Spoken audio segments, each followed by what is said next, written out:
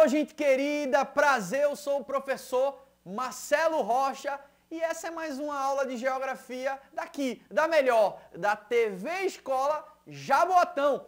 Vem comigo que hoje a nossa aula é sobre população e trabalho no Brasil. Eu queria, antes de começar esse conteúdo, eu queria te mostrar, relembrar, na verdade, essa pirâmide etária que está aparecendo aí na tela. Você está vendo uma pirâmide etária do Brasil em 2020, onde nossa população já se aproxima aí dos 213 milhões de habitantes. E observe que essa parte do meio aí da nossa pirâmide, ela está cada vez maior. Ou seja, a população adulta e idosa está crescendo. Como a ideia hoje é falar da população e do trabalho, é importante a gente perceber que o mercado de trabalho brasileiro ele está passando por uma grande transformação. Por quê? Se nós temos uma população cada vez mais idosa, nós teremos cada vez mais aposentados e talvez isso possa trazer alguns problemas para a reposição da mão de obra em algumas atividades dentro do mercado de trabalho brasileiro. Aí você fala, Rocha, mas eu vejo aí o desemprego tão grande. Pois é, mas talvez o desemprego ele atinja alguns setores da economia. Em outros, você também fazer uma pesquisa aí, você vai entender e vai perceber que tem vagas sobrando em alguns setores. E aí você me diz, como é essa coisa de setor? Me explica aí, por favor. Entenda que quando a gente pega lá um produto, seja ele qual for, vamos imaginar ali um suco de laranja, que você comprou no mercado e abriu ali um suco de laranja. Perceba que para o suco de laranja existir, a primeira atividade econômica a ser desenvolvida ali foi a atividade do cultivo da laranja, já que o cultivo da laranja é a produção da matéria-prima do suco. Matéria-prima, você vai lembrar de setor primário. Imagina se o nosso produto fosse um requeijão, a matéria-prima aí seria o leite. Mas tanto o requeijão quanto o suco de laranja, ele vem numa embalagem de plástico. E a matéria-prima do plástico é o petróleo, o extrativismo. Então, a produção de matéria-prima, ela integra o chamado setor primário. Beleza, gente? Então, nós temos a agricultura, que é o cultivo de vegetais. Nós temos a pecuária, que é a criação animal, tá? Pecuária bovina, pecuária suína. E nós temos o extrativismo, que é a extração sem cultivo e sem criação. Por exemplo, alguém que entra na Amazônia para extrair o açaí, para extrair o palmito. Essa pessoa ela não cultivou aquela árvore, ela está dentro da Amazônia. Um pescador artesanal que ele vai lá, entra dentro do mar para tirar o peixe, o seu sustento de cada dia, ou o caranguejo do mangue. A pessoa não criou aquele caranguejo. Ela não tem uma relação de afetividade com o peixe, tá? Obviamente que isso é extrativismo. Agora tenha cuidado com uma coisa, tá?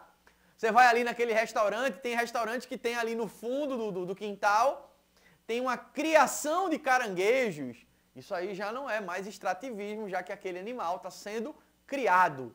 Mas, de fato, o setor primário é aquele responsável pela produção da matéria-prima. E a matéria-prima é base para tudo. Seja ela pecuária, seja ela agricultura e seja ela extrativismo, que pode ser animal, vegetal ou simplesmente extrativismo mineral. Mas vamos voltar para a ideia do suco de laranja.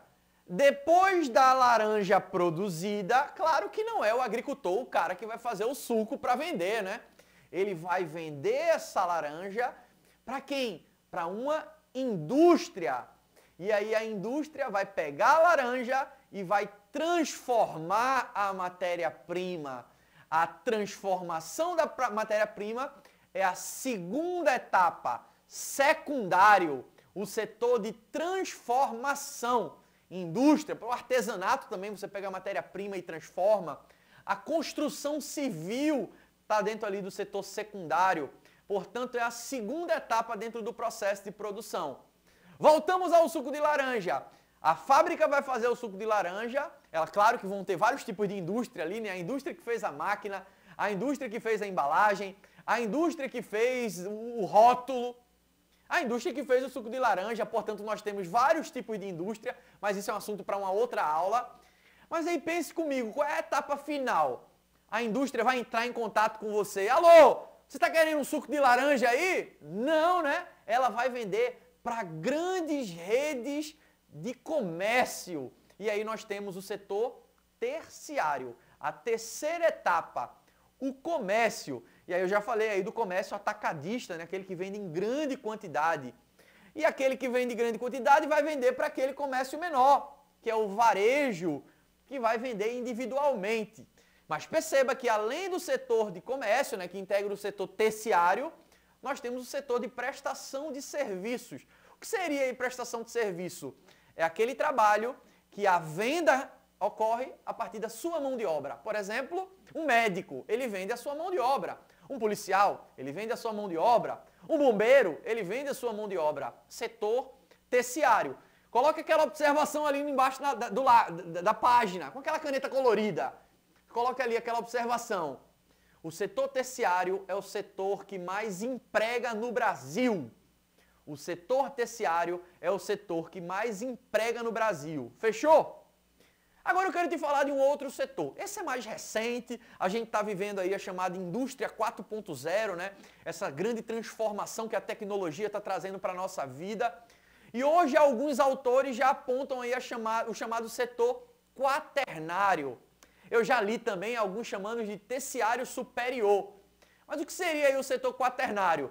É aquele que não produz matéria-prima, é aquele que não transforma matéria-prima, é aquele que não vende nenhum produto, nem vende sua mão de obra. Ele desenvolve. Pesquisa, gente. Imagina aquela pessoa que trabalhou ali desenvolvendo a vacina para a Covid-19. Ela está desenvolvendo a vacina. Ele está vendendo a mão de obra? Não, ele está trabalhando ali no desenvolvimento de tecnologia. E aí, há quem chame esse setor, ligado principalmente às universidades e tal, de setor quaternário. Beleza?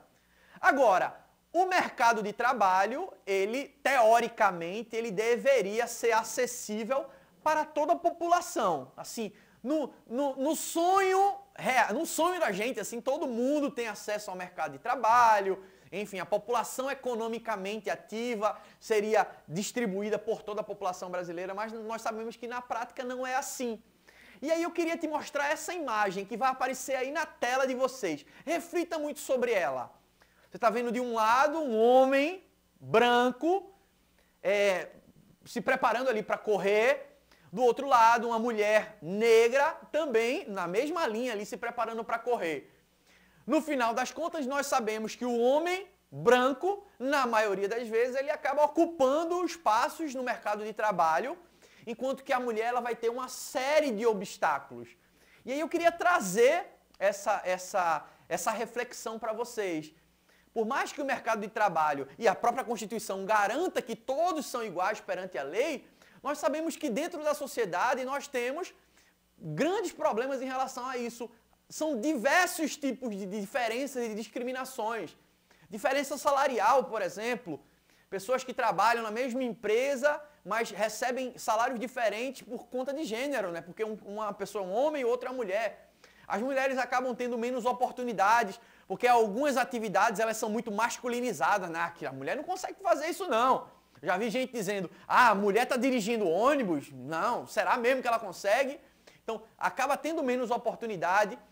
A questão da maternidade junto com a carreira, porque, assim, é inevitável que a mulher acabe parando um pouco a sua carreira profissional por conta da maternidade, e sem falar da pior de todos os desafios, que são todos os tipos de assédio, assédio moral, assédio sexual, assédio de todas as classificações aí.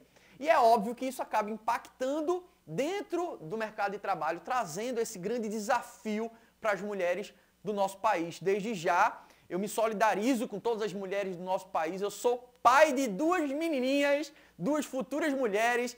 Então, de coração aí, eu luto para que o Brasil, no futuro, tenha melhores oportunidades, tanto para homens quanto para mulheres.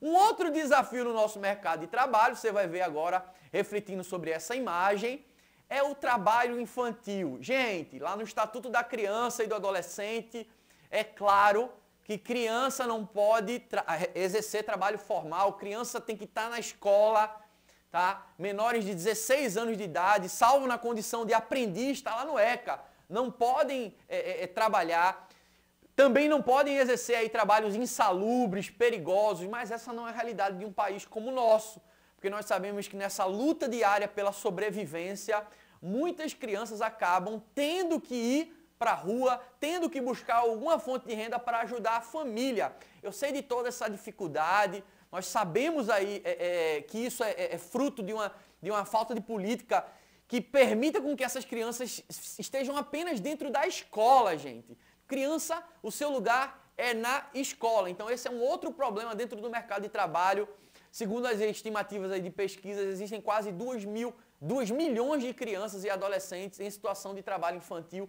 Uma grande parte dessas crianças estão em situação de vulnerabilidade também, em trabalho perigoso na rua e principalmente aí longe da escola. E é sobre isso, gente, que eu queria fazer esse alerta aí, ó. Trabalho infantil, não! Crianças e adolescentes em situação de trabalho infantil correm risco de danos físicos, mentais, sociais, têm a educação comprometida e os direitos restringidos, limitando a oportunidade futura. Então você papai, você mamãe que está assistindo essa aula, nós sabemos muitas vezes que é por conta de necessidade, mas incentive seu filho a escola, a estudar, porque sem dúvida nenhuma, lugar de criança na escola para garantir um futuro cada vez melhor. Por isso que nós estamos aqui, a TV Escola, para levar a escola lá para a tua casa. E é nesse clima que eu queria fazer um desafio para vocês. A gente está falando de mercado de trabalho, certo? Se você entendeu essa aula, a gente falou ali dos 4 setores, mas eu vou usar só os 3 principais. Eu queria que você listasse aí algumas profissões, 3 profissões de cada setor. 3 profissões do setor primário, 3 do setor secundário e 3 do terciário. E depois, isso aí para a sua vida, quero que você dê uma pesquisadinha ali, quais são as 5 profissões mais promissoras, as 5 profissões do futuro, aquela que daqui a alguns anos todo mundo que seguir essa profissão aí vai se dar bem no mercado de trabalho. Tá aí um grande incentivo para você mirar e seguir para essa direção, né? Para essas profissões do futuro. Desde já eu agradeço a todo mundo que participou e que está presente aqui nessa aula e desejo do fundo do meu coração que a educação consiga fazer você chegar nos lugares que você nunca imaginou. Um grande abraço, TV Escola Jaboatão. Valeu, Marcelo Rocha. Um abraço.